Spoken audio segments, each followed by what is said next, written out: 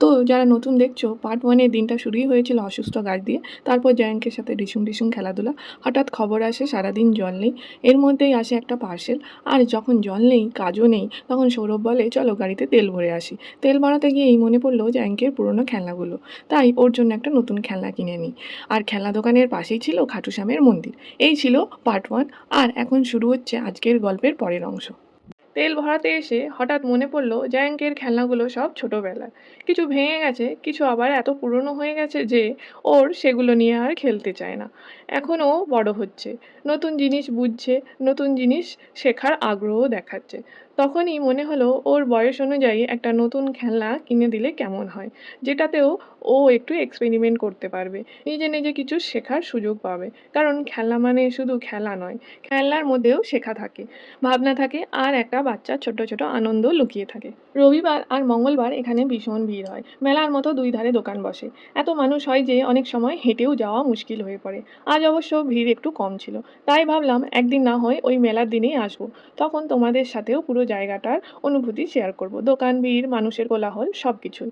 গাড়িটা রাস্তায় না রেখে আমরা মন্দিরের পার্কিংয়েই রেখেছিলাম। ভাবলাম রাস্তায় রাখলে যদি কারোর অসুবিধা হয়, তার চেয়ে সেফ জায়গায় রাখাই ভালো। পার্কিংয়ে গাড়ি রেখে একটু ঘোরাঘুরি করলাম। তারপর হঠাৎ মনে হলো এত সামনে পর্যন্ত এসেছি, মন্দিরের পার্কিংয়ে ব্যবহার করছি, আর দর্শন না করে চলে যাব। মনটা যেন একটু কেমন কেমন করছিল।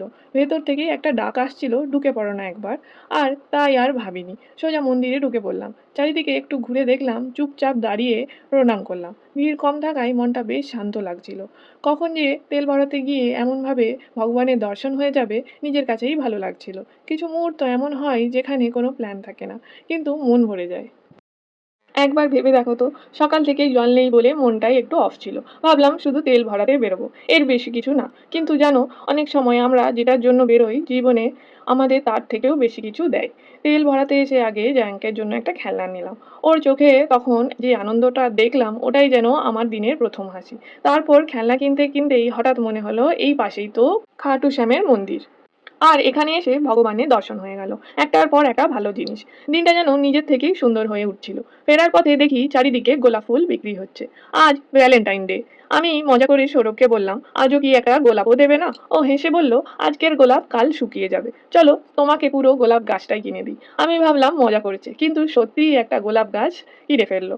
আর তখন মনে হলো এখন আর আলাদা করে ভ্যালেন্টাইন ডে লাগে না। সংসার, ঘর আর বাচ্চাই তো আমাদের ভালোবাসার দিন। ফুল নয়, গাছ। একদিনের উপহার নয়, কিন্তু রোজের যত্ন।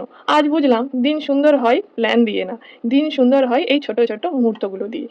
বাড়ি ফিরে দেখি সৌরভ ব্যাগে করে গাছটা নিয়ে আসছে, দরজা খুলছে। দৃশ্যটা এতটাই কিউট লাগছিল যে না রেকর্ড করে থাকতে পারলাম না। আর তখনই বুঝলাম আজ ফুল নয়, পুরো গাছটাই আমার। মানে উপহার নেওয়ার সাথে সাথে যত্নের দায়িত্বটাও এখন আমার কাঁধে। খালি টবটা বের করলাম, মাটি দিলাম। আস্তে আস্তে গোলাপ গাছটা লাগাতে লাগাতে ভাবছিলাম, আজকের দিনটা আসলে আমাকে একটা কথাই শিখিয়েছে। জীবনে সবসময় বড় কিছু ঘটতে হবে এমন নয়। কখনো একটা অসুস্থ গাছ আমাদের থামিয়ে দেয়, কখনো জল না থাকার মতো পরিস্থিতি আমাদের ধৈর্য শেখায়, কখনো একটা ছোট্ট খেলনা একটা বাচ্চার মুখে হাসি ফোটায়, আর কখনো হঠাৎ করে খাটু শ্যামের মন্দিরে ঢুকে পড়া মনটাকে শান্ত করে দেয়। এই ছোট্ট ছোট্ট মুহূর্তগুলোই আসলে মিলেমিশে একটা পূর্ণ দিন বানায়। আজ জল ছিল না, সকাল থেকেই সব কিছু এলোমেলো লাগছিল, কিন্তু ছিল হাসি, ছিল পরিবার, ছিল জয়াঙ্কের আনন্দ, ছিল নতুন একটা গাছ, আর ছিল ঈশ্বরের আশীর্বাদ। ভাবতেই ভালো লাগছে। জল নেই বলে বেরিয়েছিলাম তেল ভরাতে, তেল ভরাতে ভরাতে এসে খেলনার দোকানে, খেলনা কিনতে এসে মন্দির দর্শন, আর শেষে ভ্যালেন্টাইন ডেতে ফুল নয়, পুরো গোলাপ গাছ। একটার পর একটা ভালো জিনিস। দিনটা যেন নিজের থেকেই সুন্দর হয়ে গেল।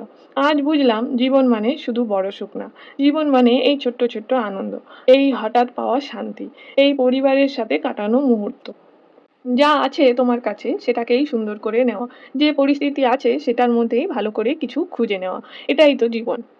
যদি তোমাদেরও মনে হয় এই ছোট ছোট বাস্তব মুহূর্তগুলোর মধ্যেই আসল সুখ লুকিয়ে আছে, তাহলে ভিডিওটা একটা লাইক দিও, কমেন্টে জানাও তোমাদের আজকের ছোট্ট সুখটা কী ছিল।